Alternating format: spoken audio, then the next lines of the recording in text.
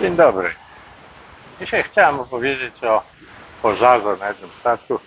Zabierałem się za tą opowieść dość długo, jak sójka za morze, może dlatego, że mój sam raport miał 90 stron, mnóstwo wątków i trzeba było jakoś coś z tego wydzielić. W sumie wypadek zdarzył się kilka lat temu na statku. Statek kontenerowiec 5800 TEU, wyczarterowany do podróży między Indiami i Chinami, no i wszystko tam po drodze. Statek, załoga, w ogóle załoga to była Filipińczycy od dołu do samej góry. To są bardzo dobre załogi, jak się później okazało. Pełna poświęcenia i pełna odwagi. Wypadek zdarzył się po wyjściu z Haiphongu. Może, żeby zacząć od początku, w Port Klang w Malezji statek załadował 61 kontenerów 40-stopowych, dry cubes tak zwanych, z węglem drzewnym. Węgiel drzewny pochodził z Bangladeszu i przez inne statki został dowieziony do Port Klang. W Port Klang załadowano te 61 kontenerów na nasz statek, no i powiedzmy nic się nie działo. Załoga była powiadomiona, że takowy ładunek jest. Ładunek nie został zadeklarowany jako ładunek niebezpieczny, samozapalny klasy 4.2, bo wykorzystano tak zwane special provisions, które gdzieś ten ładunek nie deklarując jako ładunki niebezpieczne. Trzeba spełnić pewne warunki, żeby to zrobić. Przede wszystkim trzeba tak zwany self-heating test przeprowadzić w laboratorium uznanym i polega to na tym, że bierze się próbkę tego węgla drzewnego się w taką skrzyneczkę z siateczki metalowej 10 na 10 cm i podgrzewa się w piecu do temperatury 140 stopni na 24 godziny. Jeśli próbka się zaczyna sama ogrzewać, czyli doszło do samozapłonu i temperatura próbki wzrośnie powyżej 60 stopni, ponad 140, wtedy jest uznawany, że to jest ładunek niebezpieczny. A jeśli się zmieści poniżej tych 60, to nie trzeba. No trzeba jeszcze, oprócz tego świadectwa, trzeba jeszcze tak zwany mieć weathering certificate, czyli trzeba wykazać, że pod dachem ten węgiel drzewny był leżakowany przez 2 tygodnie pod dachem. I jeszcze trzeci to jest vanning certificate, który nie został zresztą w ogóle dostarczony dla żadnych tych próbek. To chodzi, że surveyor, który jest świadkiem ładowania takiego kontenera, przygląda się, czy to odbywa się zgodnie z procedurą, czy worki są nieprzemakalne, czy węgiel nie jest zamoczony, czy te minimum 30 cm na górze jest zachowany i tak dalej. I temperatura nie może przekraczać więcej niż 5 stopni zewnętrznych tego węgla. I to taki właśnie vanning certificate powinien być zresztą też wydany. Cały węgiel drzewny był zrobiony z juty i był deklarowany jako powder albo jako dust, bo juta to jest plant, takie 3-4 metrowe patyki rosną, z których się później wyciąga te włókna. Włókna są wykorzystywane do różnych rzeczy. Miejscowi robią z tego ubrania, ale można i z niego worki. Wszyscy pamiętamy, były bardzo popularne kiedyś worki jutowe. Jak się już te włókna z tych patyków wyciągnie, no to te patyki wtedy przerabia się na węgiel drzewny. Chodzi też o to, że węgiel drzewny im wyższej temperaturze jest robiony, tym jest lepszy, jest bardziej stabilny, nie podlega samozapaleniu, ale niestety mniej tego węgla się robi z objętości tych patyków. No więc miejscowi to tak starają się to robić w temperaturze niewiele powyżej 300 stopni Celsjusza. No i wtedy właśnie pojawiają się problemy. Kiedy ten węgiel załadowano w Port Klangu, statek poszedł jeszcze do Singapuru i wreszcie do Haiphongu. No i nic się po drodze nie działo, ale po wyjściu z Haiphongu drugi oficer o 3:30 w nocy już pod koniec swojej wachty zauważył coś jakby płomienie pod nabaju 30, że coś pod kontenerem jednym wyglądało jak płomień. Znaczy była ciemna noc, no więc Więc wziął lornetkę, przyjrzał się dokładnie, no rzeczywiście, coś tam się paliło, więc natychmiast obudził kapitana. Kapitan zarządził alarm, no i cała załoga się zebrała, no i zaczęli tak zwany boundary cooling, czyli chłodzenie tych kontenera z zewnątrz. W międzyczasie zaczęli się przygotowywać, żeby jakoś próbować ten kontener od środka ugasić. Na każdym statku kontenerowym jest tak zwana lanca. Ta lanca zazwyczaj wbija się to, przykłada się do kontenera i wbija się młotem, ale tutaj niestety ten kontener był na 4. warstwie. Całe szczęście, że na statku mieli rusztowania. Nikt nie wiedział, skąd te rusztowania się na statku wzięły, bo nie są zazwyczaj na wyposażeniu statku kontenerowego. Może z jakiejś stoczni zostały. W każdym razie załoga używała je, żeby światła reperować i tak dalej. Jak się tylko rozwidniło, no to sobie przypomniał sobie te rusztowania i ustawili je. Można je było przywiązać do lashing barów i do poręczy. Dzięki tym rusztowaniom można było dostać się bezpiecznie do podstawy 3. warstwy kontenera. Później no już trzeba było korzystać z drabin. Drabiny mieli jedną 6,5 metrową, kilka 5-metrowych, więc no proszę sobie wyobrazić, wbicie teraz takiej lancy z użyciem młota w kontener. Tam nie ma się jak zaprzeć na drabinie. No więc poradzili sobie to tak, że wzięli szlifierkę kątową, wycięli dziurę i taką lancę wepchnęli właśnie w ten kontener. Można było węże podłączyć i próbować gasić ten ładunek w środku. No ale kontener 40-stopowy ma 12 metrów długości, więc nawet jak się taką lancą, ta lanca to w zasadzie ma takich 8 dziur dookoła i ona rozpryskuje wodę z węża strażackiego, rozpryskuje w taką drobną mgłę. Nie na wiele to się da, jeśli węgiel drzewny gdzieś tam się kopci w środku, no bo jeśli się okazało się później, że ten węgiel drzewny uległ samozapaleniu. Węgiel drzewny, gdy jest wystawiony na działanie powietrza, zaczyna się utleniać. I jeśli się utlenia, to utlenia się do dwutlenku węgla i tlenku węgla, zależy ile tego tlenu w powietrzu jest, i wydziela przy tym ciepło. A ponieważ jest dobrym izolatorem, więc jeśli to ciepło gdzieś się zaczyna wydzielać, to ten węgiel drzewny zatrzymuje to. No i teraz ten więcej ciepła się wydziela, no i wtedy to ciepło jest izolowane i zatrzymywane w środku i to przyspiesza reakcję. Przyspieszona reakcja, więcej ciepła. I może to doprowadzić do takich thermal runaway, czyli ucieczki termicznej i wtedy następuje zapłon takiego węgla. I tak się właśnie zdarzyło. Z tym, że to się może dziać gdzieś w środku, a ponieważ worki z tym charcoalem, z tym węgiel drzewnym były nieprzemakalne, więc trudno, żeby ta woda z tego się dostawała. Mogę tylko powiedzieć, że ponieważ załoga miała dostęp tylko do przodu i tyłu kontenera, bo z obu stron i na górze były kontenery, no i oczywiście na dole, więc mają dostęp tylko z tych mniejszych stron przedniej i tylnej, oddalonych od siebie o 12 metrów. Trudno coś takiego ugasić. No ale no, radzili sobie jak mogli. No oczywiście firmy powiadomili błyskawicznie, no i ponieważ statek miał jechać do Qingdao, ale zdecydowano, że pojedzie do Hongkongu, który był najbliższym portem i trzeba by coś z tym ładunkiem zrobić, bo w międzyczasie jeszcze się, jak już ten się zapalił, to się zapalił drugi kontener i wreszcie trzeci. Także sytuacja zaczęła się rozwijać, robiło się bardzo niebezpiecznie. Żeby ugasić pożar, więc w ogóle zabrakło już im, mieli tylko jedną lancę, no więc fitter zaczął produkować u siebie w warsztacie dodatkowe lance z kawałka rury, wiercił dziury, jakieś tak na sztorc, żeby można było to wbić, czy wcisnąć przez dziurę wywierconą szlifierką.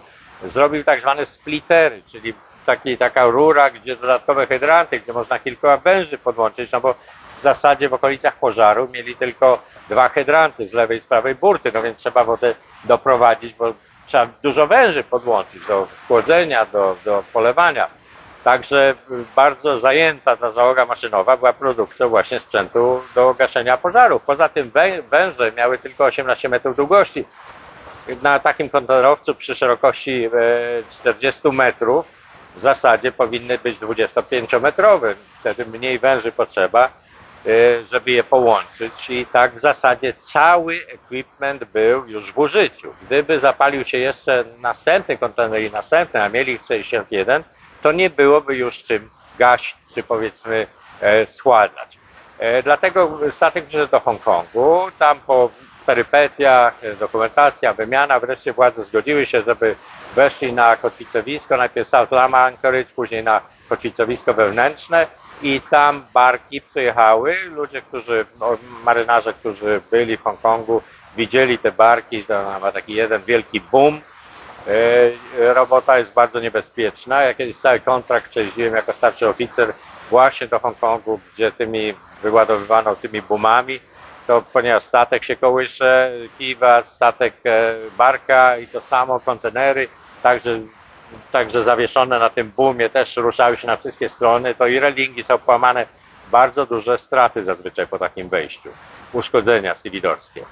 No i wreszcie udało się sprawę załatwić, barki przyszły i wyładowali. Wyładowano jednak tylko 18 kontenerów. Te z partii ładunkowej, która się paliła, to było 12, wszystkie 3 z tego pochodziły.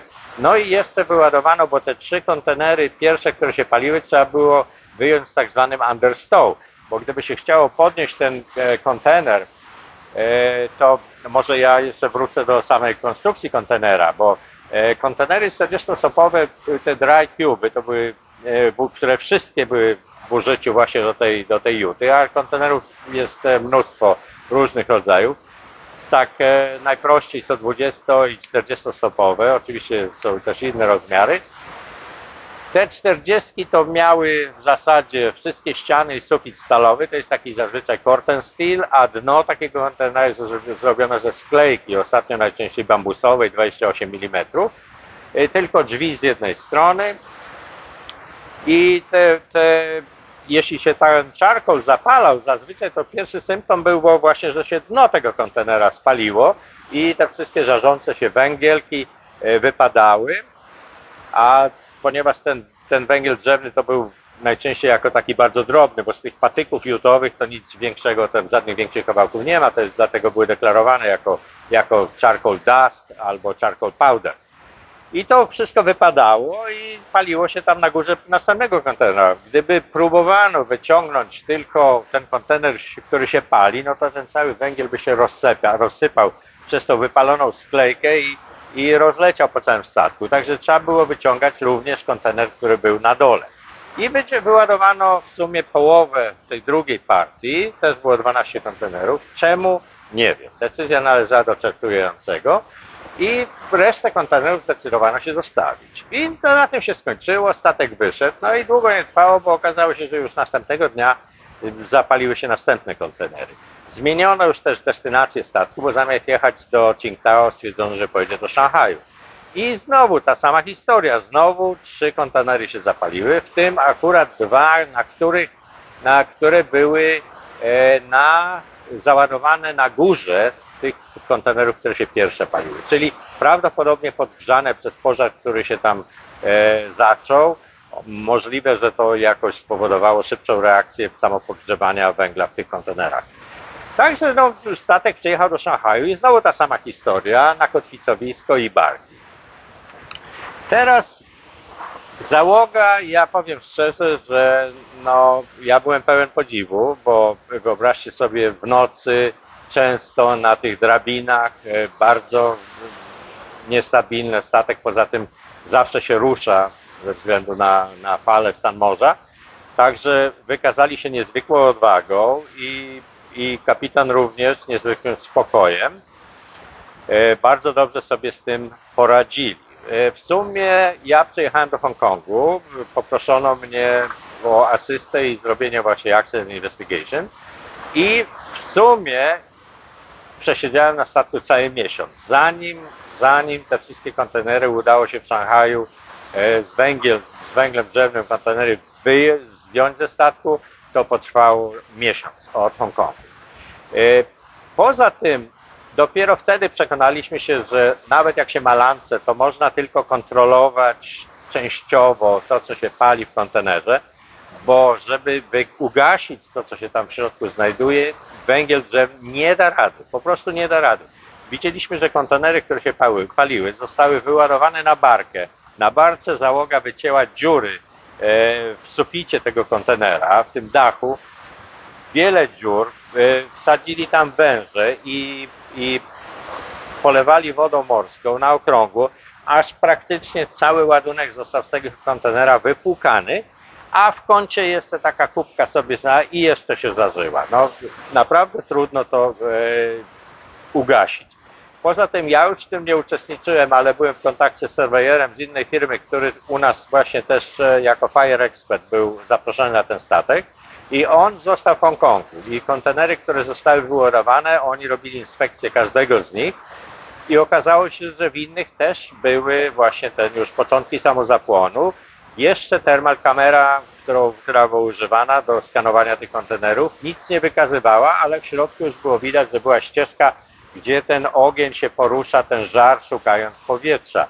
I w zasadzie jedyne, co można było zrobić, to te kontenery, które się paliły, były zanurzane w morzu, dźwig opuszczał je do wody, tak żeby je zalać wodą kompletnie i później po wyładowaniu na brzeg każdy worek musiał być rozcięty i sprawdzony, czy nie pali się tam coś w środku. Także prawdę powiedziawszy, no praca niewdzięczna. Czego to było, skąd się to w ogóle wzięło? Dlaczego to się tak stało? Okazało się później, bo jak ja robiłem ten Accident Investigation, sprawdziłem papiery tych wszystkich kontenerów. Okazało się, że żaden z nich nie miał Vanning Certificate, czyli żaden tam surveyor nigdy nie był obecny przy ładowaniu kontenerów. Poza tym weathering report, czy weathering, czyli to wystawienie tego charcoal, tego węgla drzewnego na świeżym powietrzu przez 2 tygodnie, pochodziło wszystko z jednej firmy i te testy laboratoryjne również z Rupsha Surveying, Rupsha Surveyors, to się tak nazywała ta firma, właśnie z Bangladeszu. W ich papierach było wspomniane, że oni są akredytowani przy uniwersytecie w Dace. No więc zadałem sobie trud i wysłałem e-mail do Daki, żeby sprawdzić wiarygodność tej firmy. No i wysłałem wiele e-maili, no chyba ponad 10 do różnych profesorów, których tam udało mi się namierzyć. Odpowiedziało mi 2. Jeden bardzo oględnie, że o niczym takim nie słyszał. Drugi natomiast był bardzo bezpośredni, napisał, że to jest wszystko pic na wodę, jednym słowem, i że tych ludzi, którzy właśnie wystawiają takie świadectwo, należy aresztować i zamknąć do więzienia. Okazało się, że wszystkie te świadectwa i z laboratorium, i ten weathering report, to było wszystko sfałszowane. Prawdopodobnie żaden z tych surveyorów w ogóle sobie nie zadał trudu, żeby jeśli w ogóle takie laboratorium w ogóle istnieje, bo próbowałem się z nimi skontaktować, nikt nigdy mi nie odpowiedział. Poza tym, co dalej? No okazało się, że te kontenery, w zasadzie załoga nie ma możliwości sprawdzić. Załoga tylko może sprawdzić, czy dokumenty są kompletne. Powinni co prawda byli wychwycić Vanning, że nie ma Vanning Certificate, ale te w zasadzie zanim ładunek został przyjęty do przewozu, to powinien być przez przewoźnika, tego czarterującego, sprawdzane. I ich tutaj ten planer centralny powinien upewnić się, że wszystkie dokumenty są wystawione, no i to w zasadzie nie wiem, czy oni mają jakieś procedury, żeby sprawdzić, że ta Rupsha Surveyors to jest jakaś lipna firma i tak dalej. Poza tym czarterujący należał do tak zwanej, to jest taka organizacja, która powstała z inicjatywy różnych przewoźników, różnych armatorów. To się nazywa